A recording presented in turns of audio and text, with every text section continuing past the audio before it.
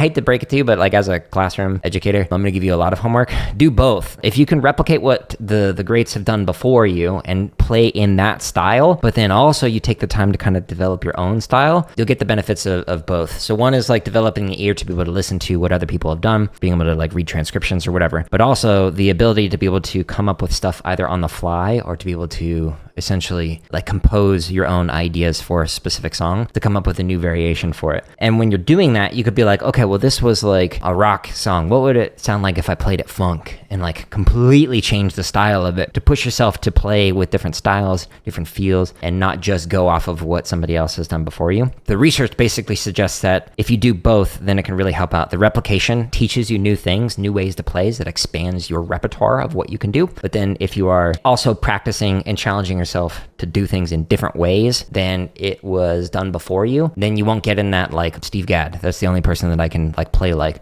Well, if you're like, well, I can play like Steve Gadd and I can play like Jojo Mayer and I can play like, just name any other drummer that's like really good. But then you can also like blend those different styles together and do your own thing. That's when you'll push the field and the playing into new areas that have not been heard before. So challenge yourself with that and go as extreme as like, okay, well, this was like a country feel. What would it sound like if it was a rock feel, funk feel, or a jazz feel, etc.? And that can really help you to break out of like whatever creative ruts that you're in by setting constraints upon yourself when you're practicing stuff. The idea of like creativity within constraints. If you're like, I'm only going to use these two drums, or I'm only going to use my right hand while soloing, or I'm only going to focus on playing anything other than on the head. I'm going to play like on the rims. I'm going to play on the sides of the cymbals. I'm going to do a scraping sound effect when moving on the cymbals. If you expand beyond, but keep yourself in those constraints, you'll learn different timbres, textures, feels, styles, etc., that you can then apply into your own covers that you're doing with your own drumming or with improvisation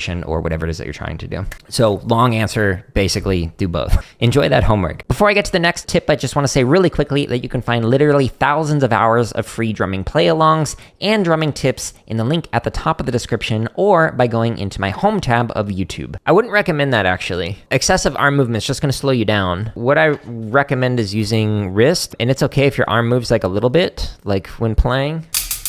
My arm is moving to do those accents, but I'm not like trying to use a lot of like arm. The speed can come from the wrist motion or the finger motion or a combination of the two, but it's not going to be arm. If you want to use more arm because you want to try and increase your power, that's not actually where the power comes from. So the power comes from the speed that your stick goes into the head or the cymbal or whatever. So if you play with a slower speed than a faster speed, that makes a profound difference in terms of like how it's going to sound for the volume of it. Play with a faster stroke rather than more arm behind it. It's not like a strength thing, it's a speed thing. And then play with less contact on the stick. If you squeeze the stick really hard, your body absorbs the sound. It makes it quieter, it makes it softer so you can't hear it as much. But if you relax your hand, you can play faster, more relaxed, and the stick will be able to move around a little bit more. The tips and lessons section here, inside of this drumming lessons playlist, you should hear this when you drum. It's 37 seconds long, but it shows you what it should sound like when you play with a really relaxed sound quality by loosening up your hands. And so there's this vibration that you should feel, and there's this specific humming sound,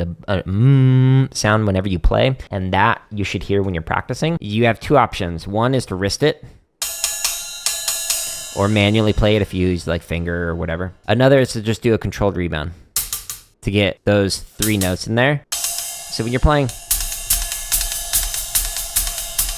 if you were to wrist this, you're gonna get real tired real quick. Just getting used to that 1 and a 2 and a 3 and a 4 and a 1, 2, 3, 4, 1, 2, 3, 4, where you're just literally playing this upbeat and you're letting the three notes just kind of happen with one stroke. It just makes it so much easier. Playing a single motion and letting it do a controlled rebound is like how I do my three strokes. I'm not stroking every one of those. I'm not. Like, that would be ridiculous at that speed. So the reason why I can play threes fast is because I can do a controlled rebound. I'll show you an exercise that can help you with that. So if you go to the home tab here, inside of the technique section, if you go into the double stop variations, either the isolated threes or the isolated threes with release, you're just alternating.